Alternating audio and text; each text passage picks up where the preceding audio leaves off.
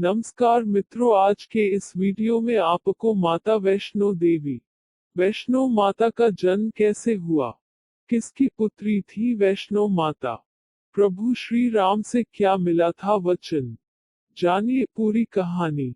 माता वैष्णो देवी सबसे दिव्य शक्तिपीठ वैष्णो देवी है। इनके बचपन का नाम त्रिकुटा था। बाद में उनका जन्म भगवान विष्णु के वंश से हुआ। श्री राम ने कलयुग में प्रकट होने का वचन दिया था। माता वैष्णो देवी देश के पवित्रतम धार्मिक स्थानों में स्थित है।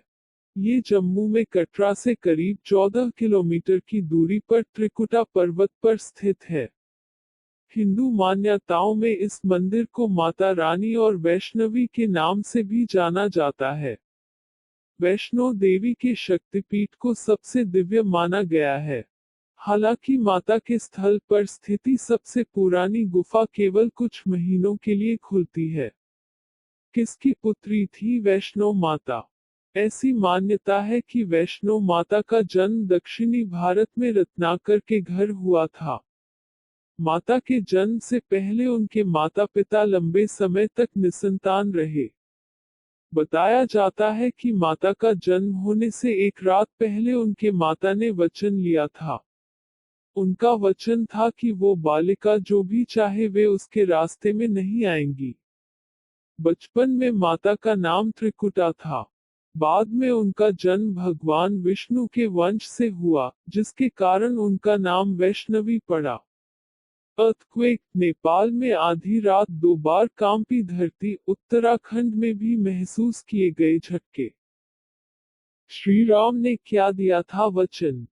त्रिकुटा ने 9 साल की उम्र में पिता से तपस्या की अनुमति मांगी।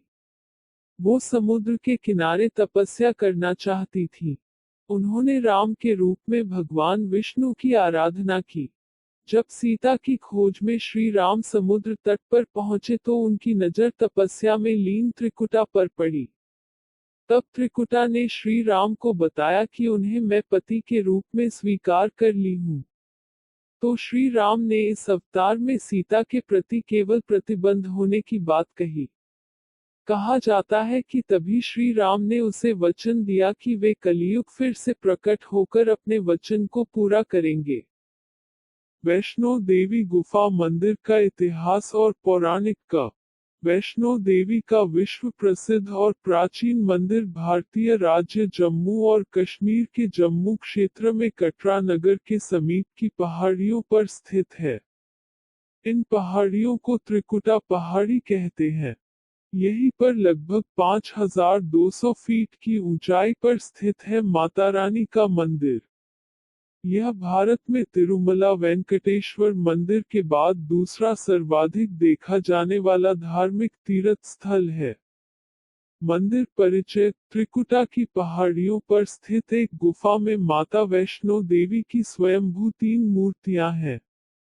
देवी काली दाएं, सरस्वती बाएं और लक्ष्मी मध्य पिंडी के रूप में गुफा में विराजित हैं। इन तीनों पिंडियों के सम्मिलित रूप को वैष्णो देवी माता कहा जाता है। इस स्थान को माता का भवन कहा जाता है। पवित्र गुफा की लंबाई 98 फीट है। इस गुफा में एक बड़ा चबूतरा बना हुआ है।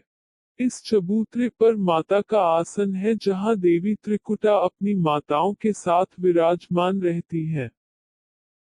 मंदिर की पौराणिक कथा। मंदिर के संबंध में कई तरह की कथाएं प्रचलित हैं। एक बार त्रिकुटा की पहाड़ी पर एक सुंदर कन्या को देखकर भैरवनाथ उससे पकड़ने के लिए दौड़े। तब वह कन्या वायु रूप में बदलकर त्रिकुटा पर्वत की ओर उड़ चली। भैरवनाथ भी उनके पीछे भागे। माना जाता है कि तभी मां की रक्षा के लिए वहां पवनपुत्र हनुमान पहुंच गए।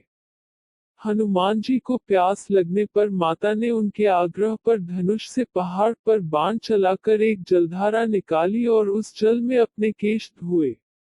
फिर वही एक गुफा में प्रवेश कर माता ने 9 माह तक तपस्या की।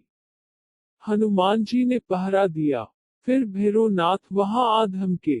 उस दौरान एक साधु ने भैरवनाथ से कहा कि तू जिसे एक कन्या समझ रहा है, वो आदिशक्ति जगदम्बा है। इसलिए उस महाशक्ति का पीछा छोड़ दे।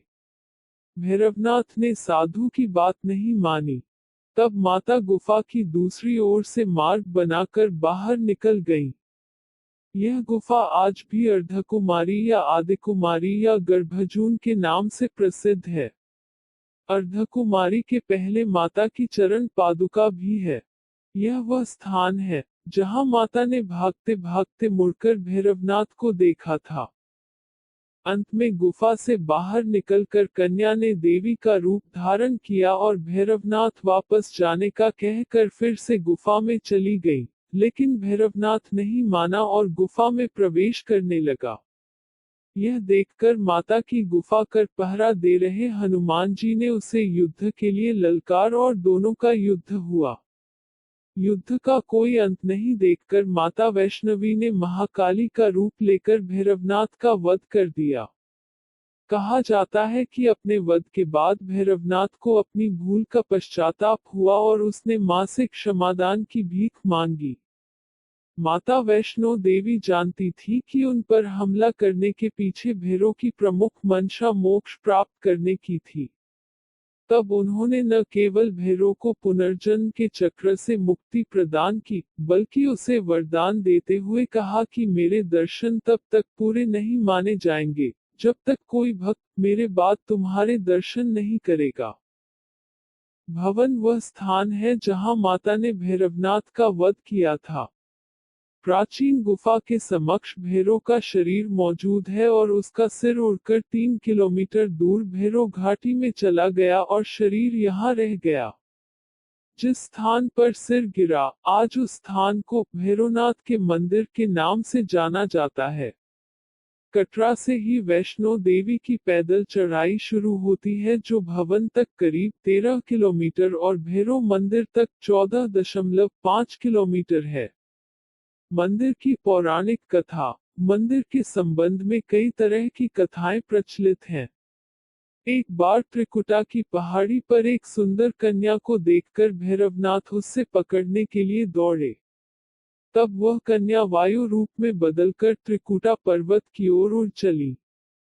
भैरवनाथ भी उनके पीछे भागे। माना जाता है कि तभी मां की रक्षा के लिए वहां पवनपुत्र हनुमान पहुंच गए। हनुमान जी को प्यास लगने पर माता ने उनके आग्रह पर धनुष से पहाड़ पर बाण चलाकर एक जलधारा निकाली और उस जल में अपने केश धोए। फिर वही एक गुफा में प्रवेश कर माता ने 9 माह तक तपस्या की। हनुमान जी ने पहरा दिया। फिर भैरवनाथ वहां आ धमके।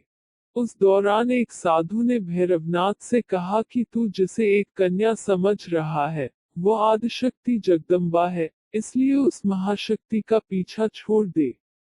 भैरवनाथ ने साधु की बात नहीं मानी। तब माता गुफा की दूसरी ओर से मार्ग बनाकर बाहर निकल गईं। यह गुफा आज भी अर्धकुमारी या आदिकुमारी या गर्भजून के नाम से प्रसिद्ध है। अर्धकुमारी के पहले माता की चरण पादुका भी है। यह वह स्थान है जहां माता ने भागते भागते मुड़कर भैरवनाथ को देखा था।